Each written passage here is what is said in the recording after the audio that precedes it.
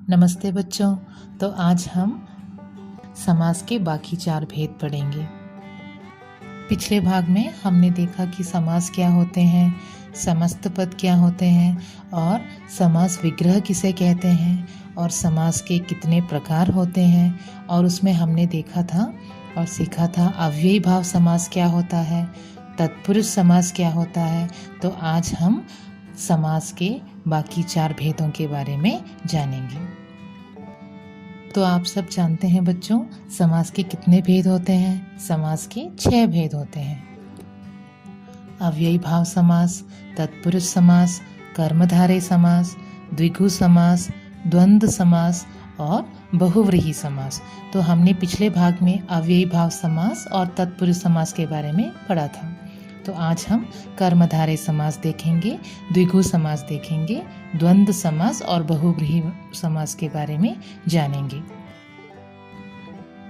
तो आज हम कर्मधारय समास, द्विगु समास, द्वंद्व समास और बहुव्रीहि समास के बारे में जानेंगे। तो चलो बच्चों, हम देखते हैं ये कर्मधारय समास क्या होता है।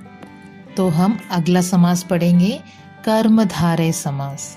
कर्मधारय समास, इस कर्मधारय समास में इसमें सबसे पहले आपको ये ध्यान में रखना है, इसका पूर्व पद विशेषण और उत्तर पद विशेष्य होता है। जैसे कि हमने पहले भी देखा था तत्पुरुष समास में, है ना। तत्पुरुष समास में हमने देखा था कि यहाँ पे पूर्व पद विशेषण और उत्तर पद विशेष्य होता है।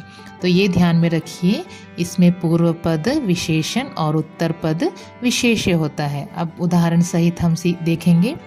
नील जोड़ कमल, नील कमल।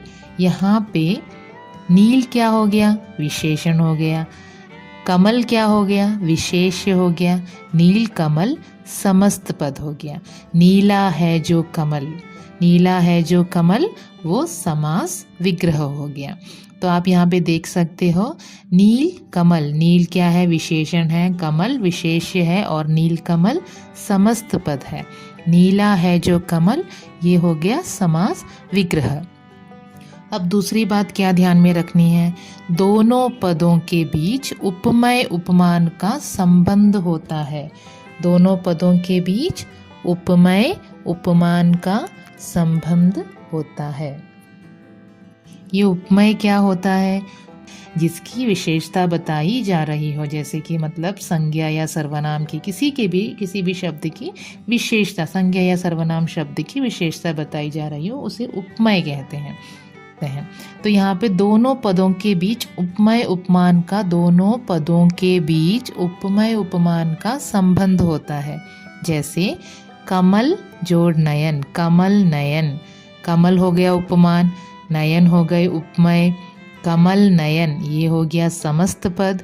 कमल जैसे नयन, समास विग्रह। कमल नयन कैसे हैं, कमल के जैसे हैं, कमल जैसे नयन। इसका एक और उदाहरण है चंद्रमुख, चंद्रमा जैसा मुख, है ना। मुख की विशेषता है चंद्रमा के जैसा मुख। तो यहाँ पे मुख की विशेषता बताई गई है, मुख कैसा है, चंद्रमा जैसा है। यहाँ पे विशेषण और विशेष्य साथ में, जहाँ विशेषण और विशेष्य साथ में होंगे वहाँ पर हमेशा कर्मधारय समास होता है और दोनों पदों के बीच उपमेय उपमान का संबंध होता है। ये दोनों चीजें हमें ध्यान में रखनी है। यहाँ पे आपने देखा पहले उदाहरण में, नीला है जो कमल। तो यहाँ पे कर्मधारय समास हम कैसे समझेंगे कि ये कर्मधारय समास है।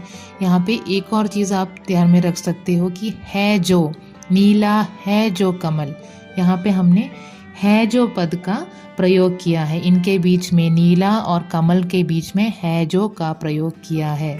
तो वैसे भी हम समझ सकते हैं कर्मधारय समास है। नीला है जो कमल, है जो, जैसे, इन सब शब्दों का जब हम प्रयोग करते हैं समास विग्रह करने में, तो वो क्या हो गया, कर्मधारय समास हो गया। यहाँ पे देखिए कमल नयन, कमल जैसे नयन। यहाँ पे समास विग्रह करते समय उपमान और उपमेय के बीच में जैसे जैसे का प्रयोग किया गया, जैसे, या फिर हम रूपी अथवा के समान, इन सब का प्रयोग जब हम करते हैं तो वो कर्मधारय समास हो गया। जैसे कि विद्याधन, विद्या रूपी धन, चंद्रमुख, चंद्रमा के समान मुख। तो यहाँ पे चंद्र क्या हो गया, उपमान हो गया, मुख हो गया उपमेय, चंद्रमुख समस्त पद हो गया, चंद्रमा के समान मुख वो हो गया समास विग्रह। तो हमने देखा है जो, जैसे, रूपी, के समान, जैसे जब इन सब शब्दों का प्रयोग इनके बीच में जब आता है विग्रह करते समय, समास विग्रह करते समय इन दोनों बीच में जैसे के समान का प्रयोग किया जाता है तो वैसे समास कर्मधारय समास कहलाते हैं। अब हम देखेंगे द्विगु समास। ये बहुत ही आसान है। द्विगु समास का पहला पद क्या होता है? तो द्विगु समास का पहला पद संख्यावाचक होता है और इसका संपूर्ण समूह का बोध कराता है। यहाँ पे एक और चीज आपको याद रखनी है, तथा इसका पूरा पद किसका बोध कराता है? समूह का बोध कराता है। तो हम उदाहरण देखते हैं।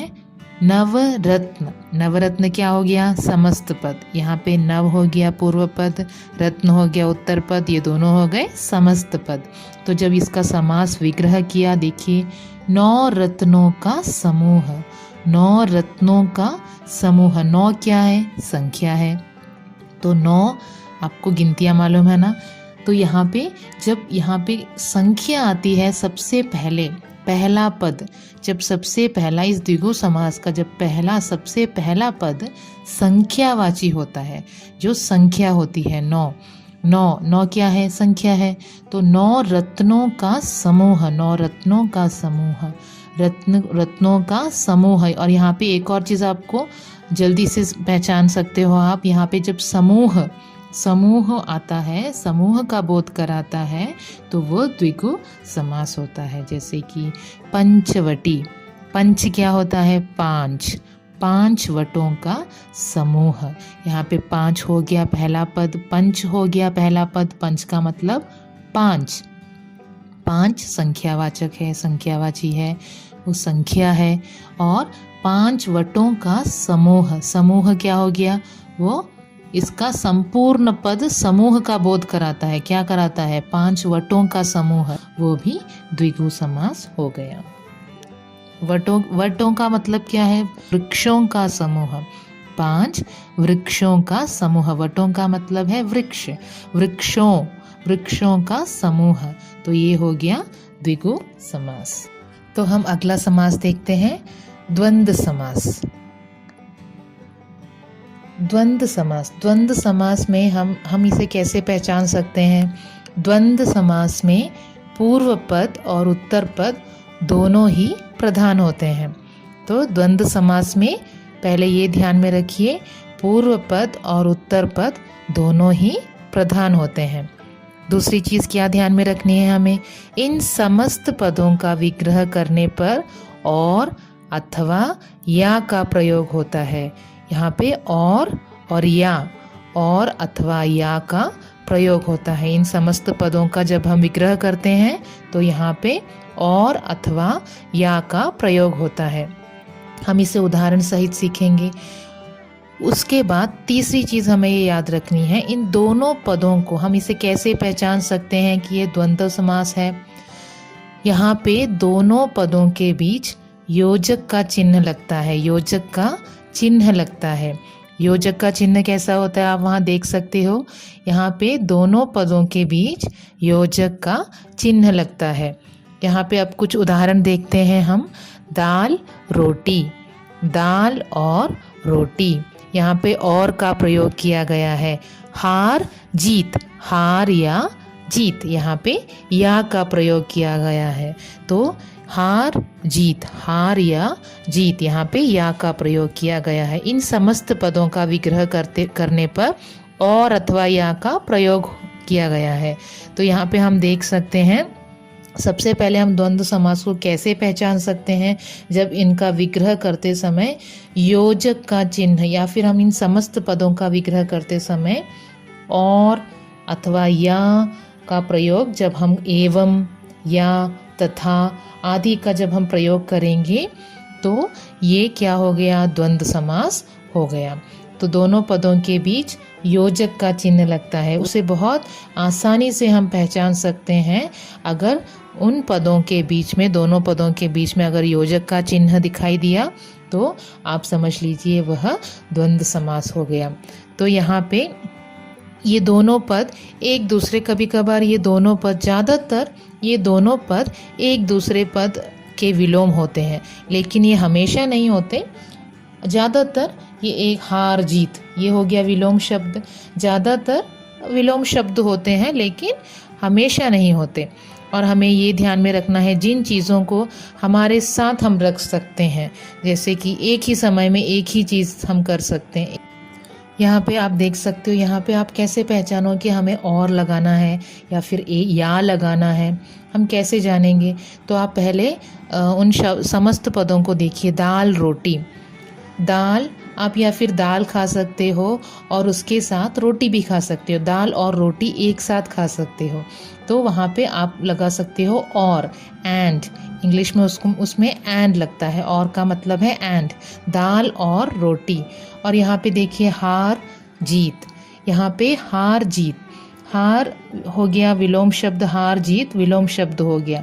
तो यहाँ पे हमने या क्यों लगाया? क्योंकि या का मतलब है और इंग्लिश का और, या फिर हमें हार मिलेगी या फिर जीत होगी, हमारी हार होगी या फिर जीत होगी, कोई एक ही चीज़ वहाँ पे संभव हो सकती है।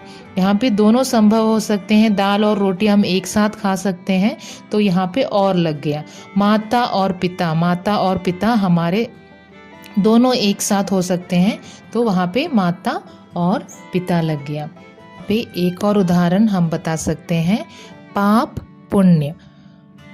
अगर हम एक ही समय में पाप और पुण्य दोनों नहीं कर सकते, ये हो गया विलोम शब्द, विलोम हो गया। तो पाप का विलोम क्या है? पुण्य। तो यहाँ पे हमने लगा दिया या, और, इंग्लिश में और। अब हम आखिरी समास की ओर चलते हैं, बहुव्रीहि समास। जैसे हमने द्वंद्व समास पढ़ा था वो बहुत ही आसान था, हम बहुत जल्दी उसे पहचान सकते हैं। अब हम देखते हैं बहुव्रीहि समास। अब इस बहुव्रीहि समास को हम कैसे जानेंगे? जिस समस्त पद में कोई भी पद प्रधान नहीं होता, जिस समस्त पद में, जैसे कि हमने सारे समास में देखा था, कहीं उत्तर पद प्रधान होता है, कहीं पूर्व पद प्रधान होता है, तो यहाँ पे इस समास में कोई भी पद प्रधान नहीं होता, अर्थात दोनों पद मिलकर किसी तीसरे पद की ओर संकेत करते हैं। यहाँ पे कौन सा पद प्रधान है? यहाँ पे तीसरा पद प्रधान है, तीसरा पद प्रधान है और ये तीसरे पद की ओर संकेत करते हैं, वही है बहुव्रीहि समास। जैसे नीलकंठ, नीला है कंठ जिसका, अर्थात शिवजी, यहाँ पे शिव भगवान के बारे में बताया गया है। नीला है कंठ जिसका अर्थात शिवजी, यहाँ पे तीसरा पद कौन सा है? शिव भगवान के बारे में, शिव भगवान के बारे में यहाँ पे बताया गया है। नीलकंठ, नीला है कंठ जिसका अर्थात शिव भगवान। यहाँ पे दूसरा हम देख सकते हैं, दूसरा उदाहरण देखेंगे, गजानन, गज के समान आनन है जिसका, अर्थात गणेश। यहाँ पे तीसरा पद क्या है? गणेश, यहाँ पे तीसरा पद प्रधान है। गज के समान आनन है जिसका, किसका है गज के समान? चेहरा, मुख, आनन का मतलब है मुख, किसका मुख गज के समान है? अर्थात गणेश के बारे में यहाँ पे बताया गया है, गणेश भगवान के बारे में यहाँ पे बताया गया है। तो ये हो गया बहुव्रीहि समास। अब हम देखेंगे चतुर्भुज, चार हैं बुझाएं जिसकी, अर्थात विष्णु, किसकी बुझाएं चार हैं? कौन से भगवान की बुझाएं चार हैं? विष्णु भगवान की। विष्णु भगवान, विष्णु क्या हो गया? तीसरा पद, ये प्रधान हो गया।